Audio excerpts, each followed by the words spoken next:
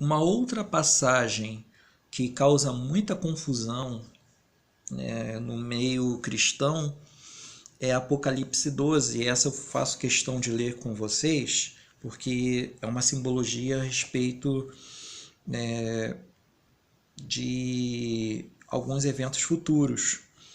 Então, olha só, viu-se, Apocalipse capítulo 12, viu-se grande sinal no céu, a saber, uma mulher vestida de sol, com a lua debaixo dos pés e uma coroa de 12 estrelas na cabeça, que, achando-se grávida, grita com as dores de parto, sofrendo tormentos para dar à luz. Viu-se também outro sinal no céu, e eis um dragão grande, vermelho, com 7 cabeças e 10 chifres, e nas cabeças 7 diademas. A sua cauda arrastava a terça parte das estrelas do céu, as quais lançou para a terra.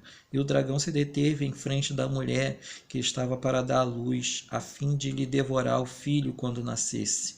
Nasceu-lhe, pois, um filho varão, que há de reger todas as nações com cetro de ferro. E o seu filho foi arrebatado para Deus até ao seu trono. Então, onde está o contexto dessa passagem para que a gente possa interpretar? Lembra que o contexto também é muito importante. E existem 3 tipos de contexto. O contexto imediato, onde a passagem está sendo lida, o contexto próximo, que é no próprio livro. Vamos supor que se esse contexto estivesse no livro de Apocalipse, seria o contexto próximo. E o contexto geral, que é o contexto da Bíblia como um todo. E essa passagem, para ser entendida, ela precisa ser lida conjuntamente em Gênesis capítulo 37, a partir do versículo 9 até o 10.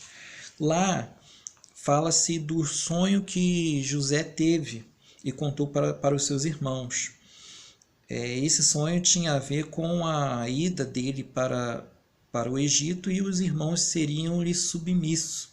Ele teria autoridade, porque seria governador do Egito. E abaixo de Faraó não tinha ninguém maior do que José. E no versículo 9 do capítulo 37 de Gênesis, vai dizer o seguinte: teve ainda outro sonho, e o referiu a seus irmãos, dizendo: sonhei também que o sol, a lua e 11 estrelas se inclinavam perante mim. Contando-o a seu pai e a seus irmãos, repreendeu-o o pai e lhe disse: que sonho é esse que tiveste? Acaso viremos eu e tua mãe e teus irmãos a inclinar-nos perante ti em terra?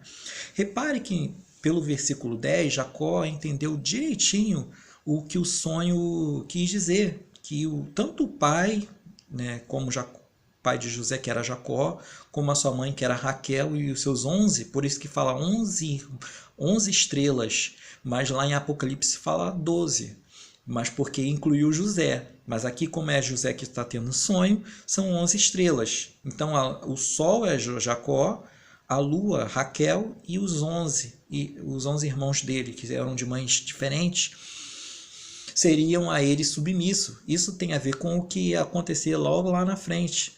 Ele seria vendido pelos irmãos para o Egito, ia chegar como escravo lá, e devido à graça e à sabedoria que o Senhor deu a ele, José se tornou o governador do Egito. Bem, mas isso aí é uma outra história. O fato é que muitos interpretam equivocadamente Apocalipse 12, ora dizendo que a mulher seria Maria, ora dizendo que seria a igreja. Não é nem uma coisa, não é nem outra. Ali a gente percebe que o filho varão que essa mulher teve, lá em Apocalipse, é o próprio Senhor Jesus, né? O Salvador, que quando nasceu, cresceu, foi batizado, fez as suas obras, trouxe os seus ensinamentos, sofreu morte de cruz, ressuscitou e foi arrebatado para o céu, essa referência, teve um filho varão e esse filho varão foi arrebatado, se refere exatamente a isso. Então, o filho é Jesus, dessa mulher que tinha a lua, aqui tinha o sol sobre a cabeça e a lua sobre os pés, e uma coroa de 12 estrelas. Então, esse filho era Jesus, e o dragão, pelo contexto de Gênesis, pelo contexto de 1 João, primeira carta que o apóstolo João escreve, esse dragão, e pelo contexto do próprio Apocalipse, esse dragão é o diabo. Então, o que acontece?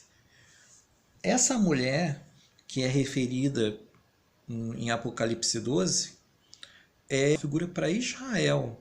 Então, Jesus nasceu judeu, ele nasceu no meio de uma cultura, ele nasceu no meio de uma cultura, da cultura judaica. Então, Israel, de certa forma, gerou Jesus, né? Porque Jesus nasceu no meio de um povo. Precisava ser assim. Não posso explicar agora, devido à brevidade do tempo, mas ele precisava nascer nessa cultura para se tornar o salvador de todo mundo. E o que acontece? Ele, sendo judeu, de certa forma, Israel o gerou, né? Vamos dizer assim. Então, nem uma coisa nem outra. Essa mulher da profecia é Israel, simboliza Israel, o povo judeu. Então, percebe-se que se a gente não lê o contexto da Bíblia como um todo, a gente pode trazer comentários equivocados a respeito de determinadas passagens, ou ter um entendimento comprometido.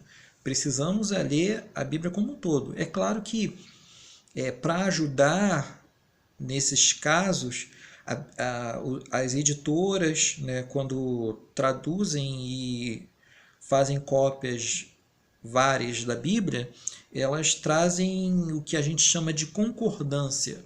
Não de forma detalhada, mas algumas passagens, elas, quando se referem a outras, coloca-se a referência.